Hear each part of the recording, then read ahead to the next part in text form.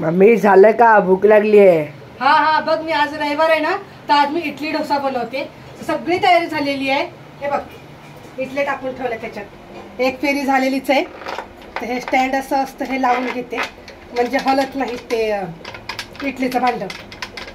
आणि डोसा बनवण्यासाठी हे इथे पातळ पीठ आहे आणि इडली बनवण्यासाठी इथं घट्ट पीठ आहे. आणि चटणी बनवण्यासाठी मी चटणी बनवून घेतलेली आहे. आता ह्याला तडका टाकायचा आहे. चटणी बनवण्यासाठी मी घेतलं होतं ह्याच्यामध्ये डाळ व हिरवी मिरची आणि खोबरं, ओलं खोबरं. आता मी तडका देते.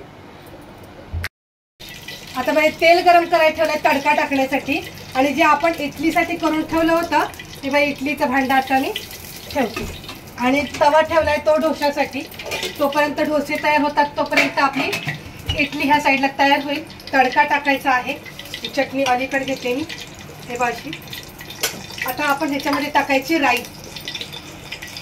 राई चांगली तडतडली पाहिजे आणि आपण राई बघा, राई अशी तडतडली पाहिजे आणि फुटली पाहिजे.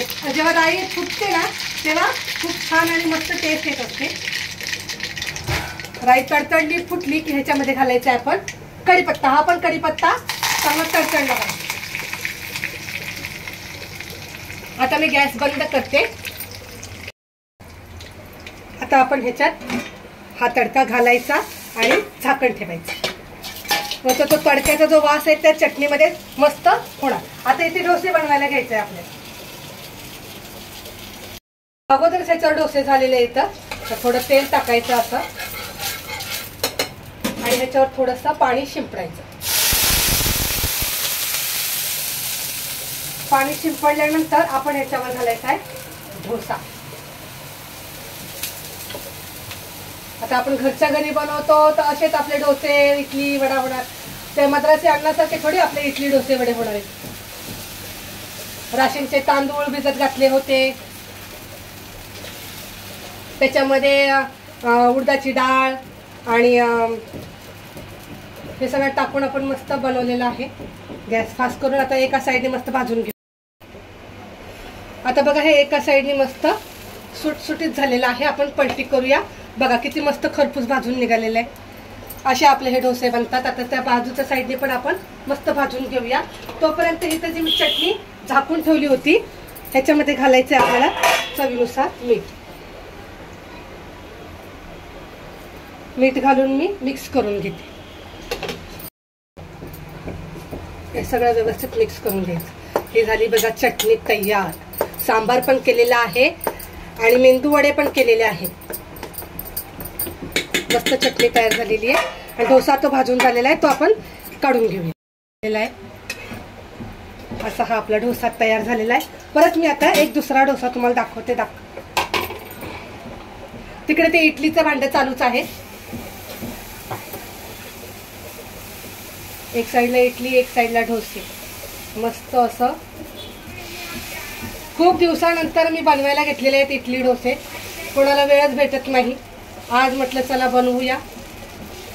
आता एका साईडने मस्त भाजून घेऊ. आता हे पलटी करायचं. बघा मस्त खरपूस भाजून झालेले आहेत. एका साईडने खरपूस भाजायचे, एका साईडने थोडं लाईटली भाजून घ्यायचं. इकडे बघा कुकरची शिट्टी व्हायला चालू आहे इडल्यासाठी. मग थोड्या वेळाने तुम्हाला मी पूर्ण थाळी सजवून दाखवणार आहे. अशा प्रकारे कधी काही सुचत नसेल तर माझे व्हिडिओ बघत जा, लाईक करत जा, शेअर करत जा, सबस्क्राईब करत जा. आणि काय बनवायचं ते मग आपल्याला माहीत पडतं. हे असे हे दोन डोसे मी तुम्हाला तयार करून दाखवलेले आहेत. इडली तयार झाली की मग तुम्हाला मी इडलीचे भांडं काढून दाखवते. आपल्या इडल्या तयार झालेल्या आहेत. काढून घेते. थोडंसं आपण जरा 2 मिनिटं थंड होऊ देऊया. नंतर हे सगळं काढून घेऊया. डोसे तयार झालेले आहेत. हे मेंदू वडे पण मी बनवलेले आहेत. चटणी, सांबार सगळी प्लेट तुम्हाला मी आता बनवून दाखवते. मम्मी झालं खायला? भूक लागलेली आहे. हे बघ झालं. आता इडल्या झाल्या, सांबार, चटणी, मेंदू वडा केलेला आहे आणि डोसे केलेले आहेत. तर अशा प्रकारे मी बनवलेला आहे रविवारचा स्पेशल नाश्ता. इडली, डोसा, सांबार, चटणी. इडली, डोसा, सांबार, चटणी. तर हा व्हिडिओ तुम्ही नक्की बघा, लाईक करा, शेअर करा, सबस्क्राईब करायला विसरू नका. जय हिंद, जय महाराष्ट्र.